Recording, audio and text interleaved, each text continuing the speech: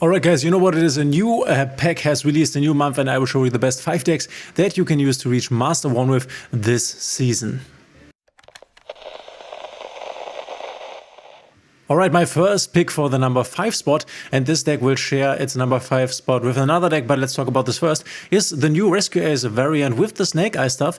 I actually played this on the ladder. This is quite strong. In the beginning I thought this could be better than the pure Snake Eye variant, but after playing this for a while I realized it is not. This is the decklist that you can copy if you want to. This is the decklist that hit first place in DK's weekly tournament, so actually quite successful. As you can see, we can make use of the Diabellstar engine here, getting us to our Rescue Ace Hydrant. One cool thing is the fact that with the Diabellstar you can also discard your Rescue Ace cards, which obviously you need your Rescue Ace cards in your graveyard for your Turbulence. This is the thing that is often a problem with this deck, at least at this moment, that you can't get your Rescue Ace cards into the graveyard.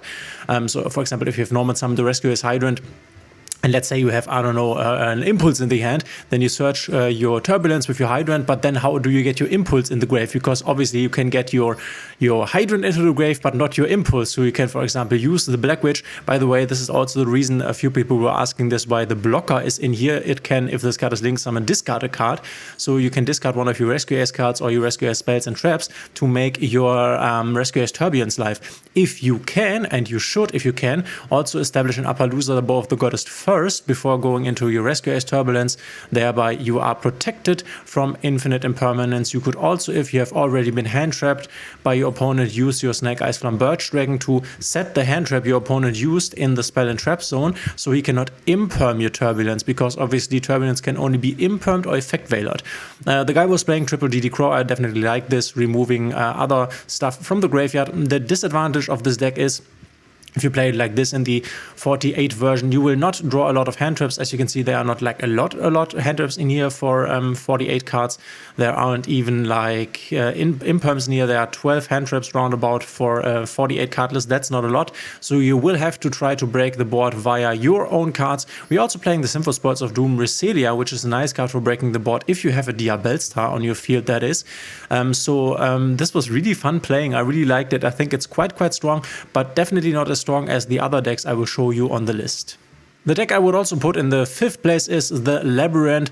It's still quite strong, and it's obviously strong because it's not really hindered by Draw and Lock, but also not by MFME, so two of the most impactful hand traps in the current format will not really hit this deck.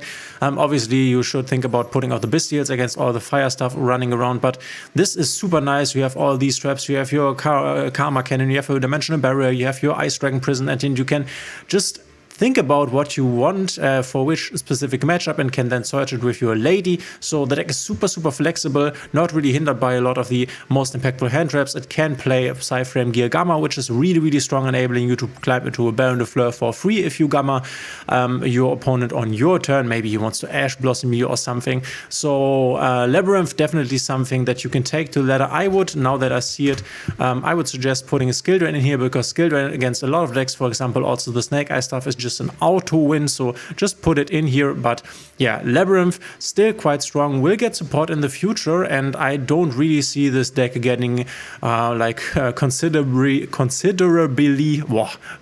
tricky word, weaker, if not for more hits. And as you can see, we have some hits received already. This is not an actual decklist that now that I see the Chandraglir, but yeah, take the Labyrinth to the ladder, and I think you will be quite successful with it.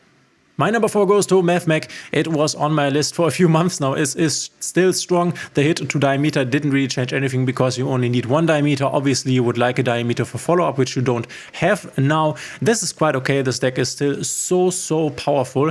If you have your Circular, this will end up on the Super Factorial, which ends up on the Laplacian, which rips a hand card from your opponent, also a field card, and then a spell and trap card, and is an Omni Negate afterwards if you have made it with the Diameter.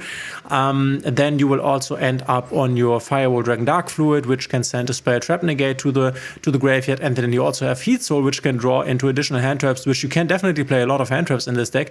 The non-engine part is quite big here, which is definitely a factor that makes decks strong. So having a lot of non-engine, as we will see in other decks on this list, might be the case. That why they are up on my list, because they can run a lot of hand traps, and that is obviously very impactful. So MFME with a 1-card combo still still able to make an impressive board. It still has his really strong going second kill combo with the Access Code Talker together with the, the Update Jammer. Also a really easy deck once you have understood it.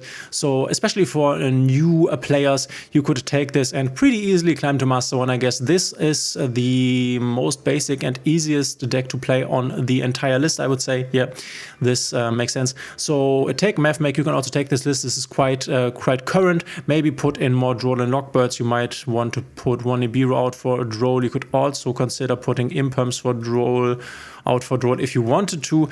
You want the Effect Veiler because it's a bridge with the Small World getting you into your MFME Circular, which is the one-card starter of the deck. Additional thing here to note, because the Bestials are obviously not great against all the fire decks running around on the ladder, and the fire decks will definitely stay and become like even more powerful. I am expecting Rescue Ace support in the upcoming pack, and this is something I wanted to say when talking about Rescue Ace. If we will get the remaining Rescue Ace cards and the deck will be unhit at that point, I think this will be the strongest deck in the game. This already feels very strong and missing two very crucial pieces that make the deck so much more powerful. So keep an eye out for Rescue Ace. You can definitely invest in the deck if you want to play it in the future and also want to play it now. This is a good investment. But as I already said, Bestials against the fire decks, not really great, but Bestials are very great against MFME. So MFME also profits from the fact that Bestials are not good in this format. My number 3 goes to a deck I personally do not like. I would say don't copy this exact list. There are also 60 card lists that are, I think, better playing Grass. If you want a cheap list, you can also go for this. I think the Super Polymerization at the moment is quite a nice card, especially against the fire decks running around, also against Super Heavy Samurai to break the board. I think going for the Super Poly is quite nice here. It's Branded Despia. It doesn't matter how much Branded Fusion gets hit or what else gets hit here. This deck is still very powerful. It's insane how much follow-up this deck can generate with cards like the Quem, with cards like the Cartesia, with the Albion setting you branded in red and stuff. And then obviously on the next turn you also have your Aluba engrave, which can summon once the fusion monster gets destroyed. Then you have your Rindrum engrave that can summon an Albaz, which can fusion summon again. You have your Grung, which can special summon something if something else gets special summoned. So this deck is just doing it all. I would put out the Alba Lenatus, I guess, because at the moment Dragon Link is not really on the ladder, but against Dragon Link this is obviously a very strong card. Yeah, it's branded. What can I say? It's just super strong. At times might be a bit inconsistent, but with the full support now with the Quem and the Cartesia, it is stronger than ever. And I think even if the new support will come, the Chimera stuff, which then you can play branded Chimera, I think this deck is way stronger than is branded Chimera. You could definitely argue putting this, if a really good branded player, you could argue, will pilot this deck. So it's the best deck on the list, better than the 2 remaining decks I will show you. You might already have guessed what the 2 remaining decks might be, because I think there are only 2 powerhouses left that are obvious and not mentioned at this point. But yeah, branded is insane, a super complex deck. If you can play this well, then you are definitely going to dominate. Yeah, take it to the ladder and just win with it. You will have quite an easy time. Alright, we have the number 2 spot here is where I was not quite sure, but I think I have to give the number 1 spot to the deck that deserves the number 1 spot, to be honest. Though I think the difference between this second place and the first place is quite small. We have the new Snake Eye stuff, the pure Snake Eye stuff that is, I think, together with the Synchro package in this case, which I think you can just play the Synchro package because it's just 1 card more, the Jet Synchron here, which enables you to go into quite an amazing board. So with only an Ash and a Wanted, you can end up on your Borrowed Savage Dragon with Baron de Fleur, together with Amphibious Swapship, Emblem Whale, and a lot of follow-up. By the way, follow-up, this is the name of the game for this deck. This deck generates the most craziest amount of follow-up that I have ever seen, crazier than does Branded Despia. So I guess this is what keeps this deck at the top spot here. Also the fact that you can play a lot of non-engine here. We have an Effect Veiler, we have Duel and Lockbird, you could play more if you wanted to.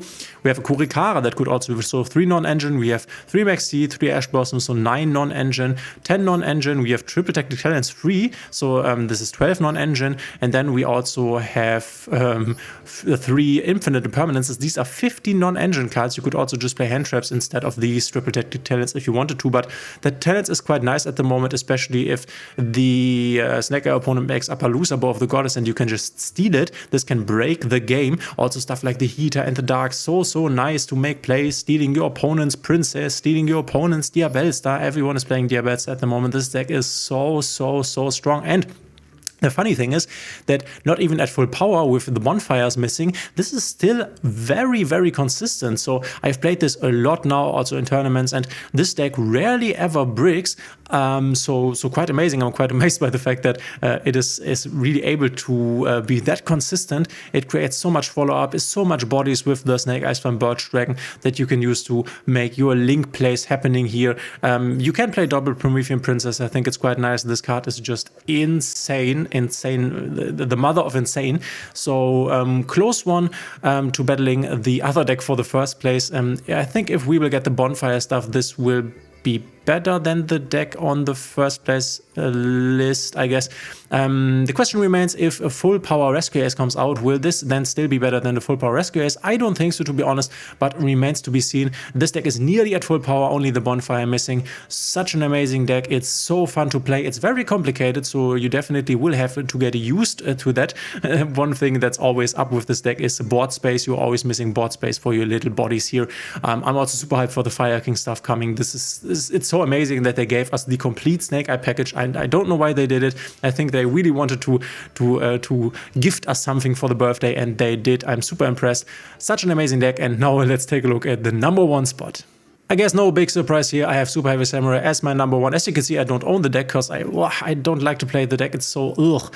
But this deck is just, it's so crazy. I mean, we have 1, 2, 3, 4, we have 7, 8, 9, 10, 11, 12, 13, 14, 15, 16, 17, 18. These are 18 non-engine cards in here. Same with the Snake Eye deck, but even more than the Snake Eye deck, because you just don't need to play any like spells or traps. You can play any spells and traps, and your engine is not that big, as you can see here. But even though the engine is not really big, this deck is so consistent. So this is why this deck is crazy, and this is why this deck got hit in the TCG after 2 weeks. 2 weeks after this deck had been released, it was hit in the TCG. This, I think, has never happened before. We have 18 non-engine cards. We have an engine that is super consistent, and you can make big boards that are unbreakable. The only thing I would argue is that the follow-up is not that amazing, but normally you won't need your follow-up. Obviously, this deck is hit pretty hard by Maxi, but I mean, the Snake Eye deck is also pretty bad against Maxi. The only difference being that you can't play Called By and Crossout, which obviously you would want to if you could. So this is one thing to keep in mind. But this deck has also a very nice Maxi answer, and just making number 41 Baguska. So by, for example, summoning the Prodigy Wakaushi and then normal summoning, you give him 2 draws because you need to special summon once and then the Baguska.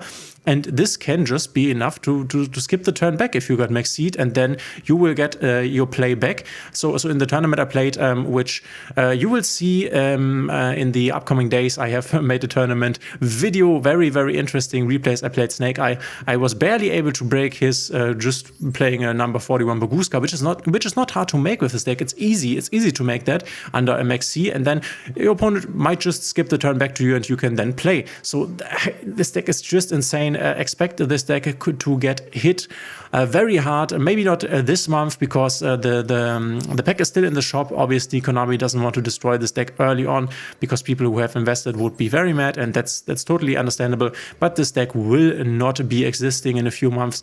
That I am you can be quite sure of. But as of this moment, I think this is the strongest, most consistent, most crazy and toxic hand trap heavy deck that you can play Master Duel, and you will have the most easiest time with this climbing the ladder to Master 1. Let me know in the comments, guys, what do you think of my list? Where do you think I am right? Where do you think I am wrong? I hope you enjoyed the video. If you did, please consider subscribing, hitting the thumbs up and the notification bell. We will see each other in the next one.